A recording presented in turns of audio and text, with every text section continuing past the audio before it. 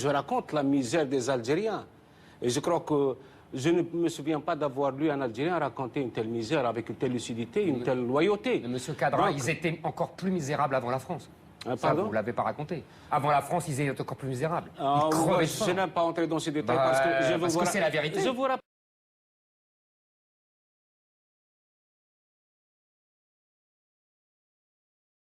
Alors j'ai pris des documents à la Bibliothèque nationale à Paris, des témoignages des conquérants de l'époque, des conquérants français. D'abord, des extraits du bréviaire que l'on avait remis aux officiers et soldats qui s'en allaient en Afrique. Cela s'appelait « Aperçu historique, statistique et topographique sur l'état d'Alger ». Voici quelques-uns de ces extraits. Ces contrées sont des terres vacantes, abandonnées aux mauvaises herbes par la paresse et l'indolence des morts. Les femmes du pays sont livrées par la paresse des Arabes, qui passent toute leur vie à fumer, à la turpitude de mœurs extrêmement relâchées. Elles n'ont pas de religion. Beaucoup doutent qu'elles aient une âme immortelle et croient qu'elles ne sont faites que pour la reproduction. Le climat aidant, les femmes sont nécessairement disposées au plaisir. Alors allez-y, des terres vacantes et des femmes consentantes qui n'attendent que les soldats français.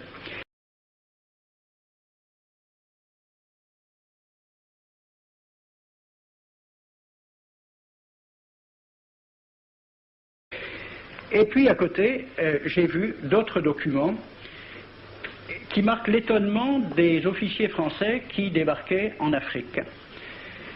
C'est Campagne d'Afrique en 1830 par un officier du corps expéditionnaire. Cette terre, qu'on avait présentée comme sauvage et inhabitée, est couverte de jolies maisons de campagne entourées de jardins. Toutes sont bâties sur des hauteurs dont les mouvements onduleux contrastent tout à fait avec l'aridité des côtes de Provence. La végétation y est superbe, et partout des sources et des courants d'eau fécondent la terre. Les fruits y sont en abondance, un grand nombre d'aqueducs amènent les eaux jusqu'à la capitale. Et le maréchal Bugeaud lui-même. J'ai reconnu que l'Algérie produit beaucoup de grains, une immense quantité de bétail. L'immensité des terrains ensemencés atteste l'existence d'une population beaucoup plus nombreuse qu'on ne le pensait. Le commandant Claude-Antoine Roset, dans Voyage dans la régence d'Alger en 1833. Presque tous les hommes savent lire et compter. En France, on compte à l'époque 40% d'analphabètes.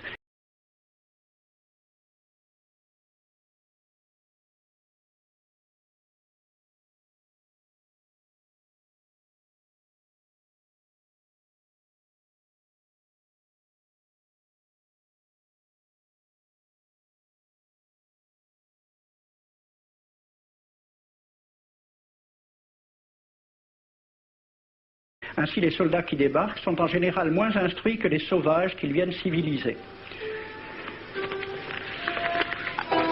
Le ministre de la guerre de l'époque, il s'appelait Girard. Il faut se résigner à refouler au loin, à exterminer même la population indigène. Le ravage, l'incendie, la ruine de l'agriculture sont peut-être les seuls moyens d'établir solidement notre domination. Savary, duc de Rovigo. Apportez des têtes, bouchez les conduites d'eau avec la tête du premier bédouin que vous rencontrerez, au nom bien sûr de la civilisation. Christian, dans l'Afrique française, un détachement de l'armée parti d'Alger surprend la tribu désarmée des Olifias et massacre sur le champ tous les hommes, femmes, enfants, sans distinction. On parlera de 12 000 morts. Les troupeaux raflés aux Olifias seront vendus au consul du Danemark. Quant au reste du butin, il fut exposé au marché de Babazoun. On y voyait des bracelets de femmes, encore attachés à des poignets coupés, et des boucles d'oreilles pendant à des lambeaux de chair, au nom de la civilisation. Le colonel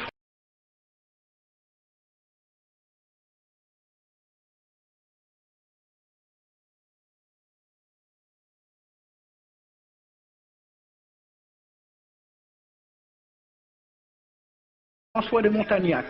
Selon moi, toutes les populations qui n'acceptent pas nos conditions doivent être rasées. Tout doit être pris, saccagé, sans distinction d'âge et de sexe. L'herbe ne doit plus pousser là où l'armée française a mis le pied. Saint-Arnaud, il était commandant et c'était aussi un mari très attentionné. Il écrit à sa femme: « Chère Louise, je suis bivouaqué par une chaleur de 40 degrés au milieu de 20 villages superbes qui ne se sont jamais bien soumis. Je leur ai donné jusqu'à ce soir pour payer les impôts et les amendes que je leur inflige.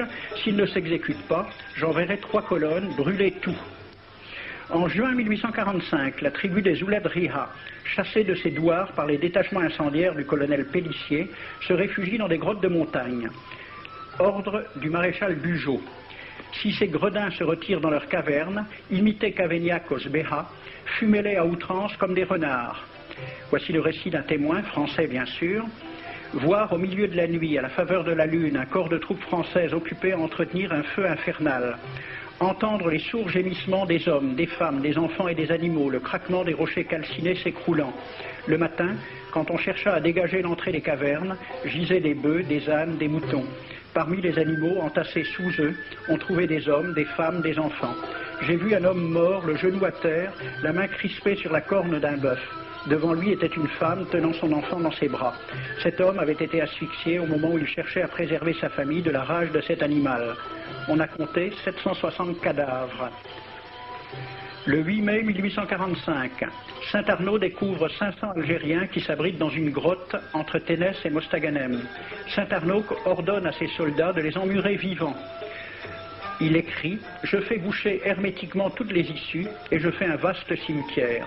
La terre couvrira à jamais les cadavres de ces fanatiques. » C'est à peu près ce qu'ont dit les Allemands en massacrant le village d'Oradour-sur-Glane. Montagnac, toujours lui, le colonel. Voilà comment il faut faire la guerre aux Arabes. Tuer tous les hommes jusqu'à l'âge de 15 ans. Prendre toutes les femmes et les enfants. Vous me demandez ce que nous faisons des femmes que nous prenons? On en garde quelques-unes comme otages.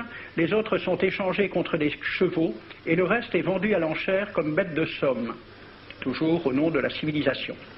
Nous rapportons un plein baril d'oreilles récolté pair à pair sur les prisonniers. Il contient même celle d'un de nos 58 gendarmes morts de maladie. 2 pièces de 100 sous ne sont pas à dédaigner. Le maréchal Soult, ministre de la guerre, répondant à des questions à la Chambre des députés. En Europe, un tel acte serait horrible et détestable. En Afrique, c'est la guerre même. C'est la guerre même, c'est du moins ce que dit le ministre français, mais en face, voici un décret pris par l'émir des Arabes, l'émir Abdelkader. Tout Arabe qui amènera vivant un soldat français recevra pour récompense la somme de 8 douros. Tout Arabe qui aura un Français en sa possession sera tenu de le bien traiter et de le conduire le plus promptement possible, soit devant le califat, soit devant l'émir lui-même. Dans le cas où le prisonnier aurait à se plaindre de mauvais traitements, l'Arabe n'aura droit à aucune récompense. À la lecture de ce décret, question d'un soldat algérien, quelle récompense pour un prisonnier vivant? L'émir répond 8 douros. Et pour une tête coupée, l'émir répond 25 coups de bâton sur la plante des pieds. De quel côté était la civilisation?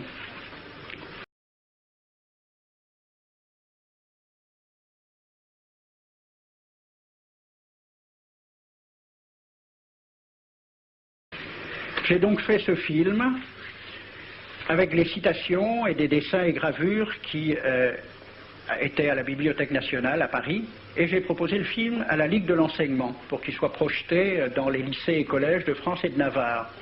La Ligue de l'enseignement l'a refusé avec cette appréciation. Quoique très correctement réalisé et basé sur des documents indiscutables, ce film va à l'encontre de toutes les idées qui servent de base à l'enseignement de la pénétration française en Afrique du Nord, ce qui rend sa diffusion impossible. C'était reconnaître que l'enseignement n'avait pas pour but l'éducation, c'est-à-dire l'ouverture vers la réalité, mais l'endoctrinement au service d'une idée politique.